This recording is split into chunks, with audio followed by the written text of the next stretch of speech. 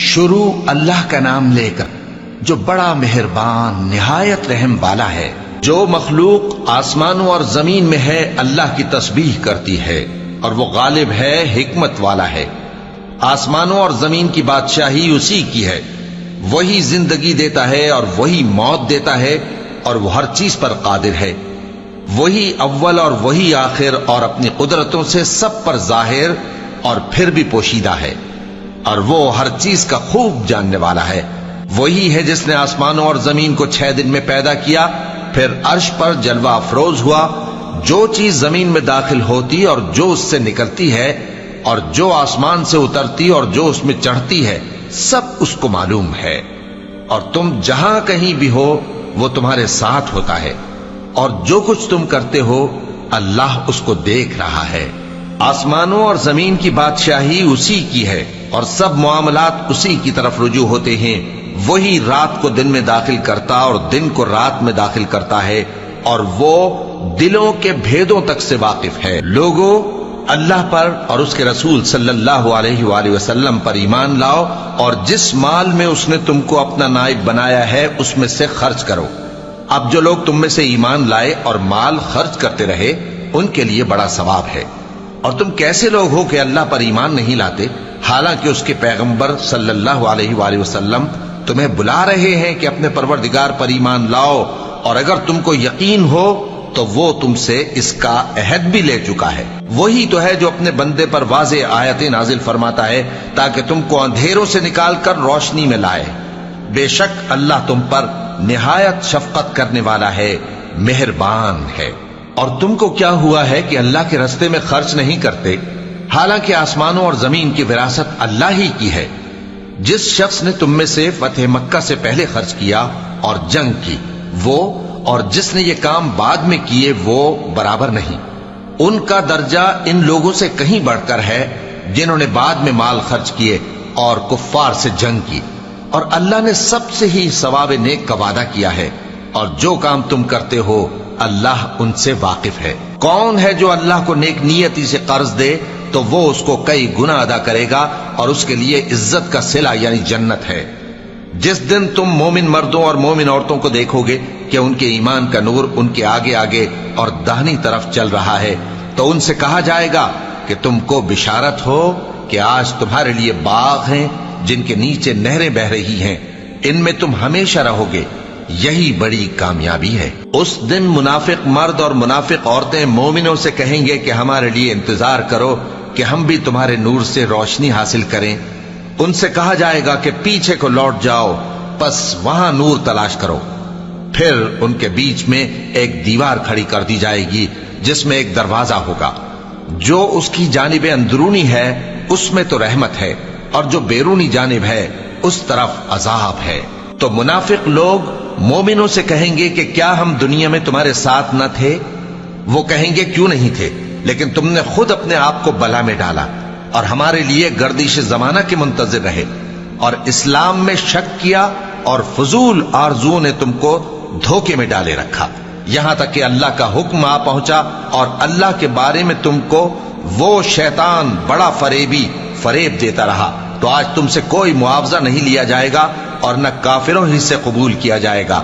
تم سب کا ٹھکانہ دوزخ ہے کہ وہی تمہارے لائق ہے، اور وہ بری جگہ ہے۔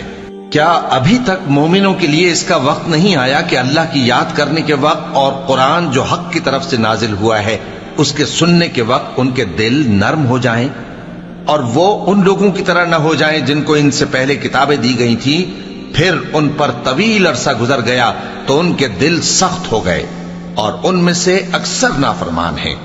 جان رکھو کہ اللہ ہی زمین کو اس کے مرنے کے بعد زندہ کرتا ہے۔ ہم نے اپنی نشانیاں تم سے کھول کھول کر بیان کر دی ہیں تاکہ تم سمجھو۔ جو لوگ خیرات کرنے والے ہیں، مرد بھی اور عورتیں بھی، اور اللہ کو نیک نیتی سے قرض دیتے ہیں، ان کو کئی گنا ادا کیا جائے گا، اور ان کے لیے عزت کا صلہ ہے۔ اور جو لوگ اللہ اور اس کے پیغمبروں پر ایمان لائے، یہی اپنے پروردگار کے نزدیک صدیق اور شہید ہیں۔ ان کے لیے ان کے اعمال کا صلہ ہوگا، اور ان کے ایمان کی روشنی بھی ہوگی۔ جن لوگوں نے کفر کیا اور ہماری آیتوں کو جھٹلایا وہی اہل دوزخ ہیں۔ جان رکھو کہ دنیا کی زندگی محض کھیل اور تماشا اور زینت و آرائش اور تمہارے آپس میں فخر و ستائش اور مال و اولاد کی ایک دوسرے سے زیادہ طلب و خواہش ہے۔ اس کی مثال ایسی ہے جیسے بارش کہ اس سے اگنے والی کھیتی کسانوں کو بھری لگتی ہے، پھر وہ کھیتی خوب زور پر آتی ہے، پھر اے دیکھنے والے تو اس کو دیکھتا ہے کہ پک کر زرد پڑ جاتی ہے، پھر چورا چورا ہو جاتی ہے۔ اور آخرت میں کافروں کے لیے عذاب شدید اور مومنوں کے لیے اللہ کی طرف سے بخشش اور خوشنودی ہے۔ اور دنیا کی زندگی تو دھوکے کا سامان ہے۔ بندو اپنے پروردگار کی بخشش کی طرف اور جنت کی طرف لپکو جس کا عرض آسمان اور زمین کے عرض کا سا ہے، اور وہ ان لوگوں کے لیے تیار کی گئی ہے جو اللہ پر اور اس کے پیغمبروں پر ایمان لائے ہیں۔ یہ اللہ کا فضل ہے، جسے چاہے عطا فرمائے، اور اللہ بڑے فضل کا مالک ہے۔ کوئی مصیبت زمین میں اور خود تم پر نہیں پڑتی مگر پیشتر اس کے کہ ہم اس کو پیدا کریں، ایک کتاب میں لکھی ہوئی ہوتی ہے، اور یہ کام اللہ کو آسان ہے۔ تاکہ جو فائدہ تمہیں حاصل نہ ہو سکا اس کا غم نہ کھایا کرو، اور جو تم کو اس نے دیا ہو اس پر اترایا نہ کرو۔ اور اللہ کسی اترانے اور شیخی بگارنے والے کو دوست نہیں رکھتا، جو خود بھی بخل کریں اور لوگوں کو بھی بخل سکھائیں۔ اور جو شخص روگردانی کرے تو اللہ بھی بے نیاز ہے، لائق حمد و ثنا ہے۔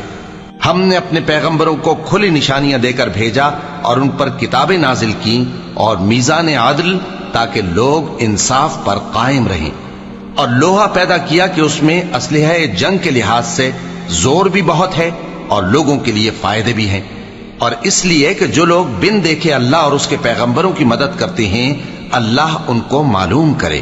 بے شک اللہ زور آور ہے، غالب ہے۔ اور ہم نے نوح اور ابراہیم کو پیغمبر بنا کر بھیجا اور ان کی اولاد میں پیغمبری اور کتاب کے سلسلے کو وقتاً فوقتاً جاری رکھا، سو بعض تو ان میں سے ہدایت پر ہیں اور اکثر ان میں سے نافرمان ہیں۔ پھر ان کے پیچھے انہی کے قدموں پر اور پیغمبر بھیجے، اور ان کے پیچھے مریم کے بیٹے عیسیٰ کو بھیجا، اور ان کو انجیل عنایت کی، اور جن لوگوں نے ان کی پیروی کی ان کے دلوں میں شفقت اور مہربانی ڈال دی۔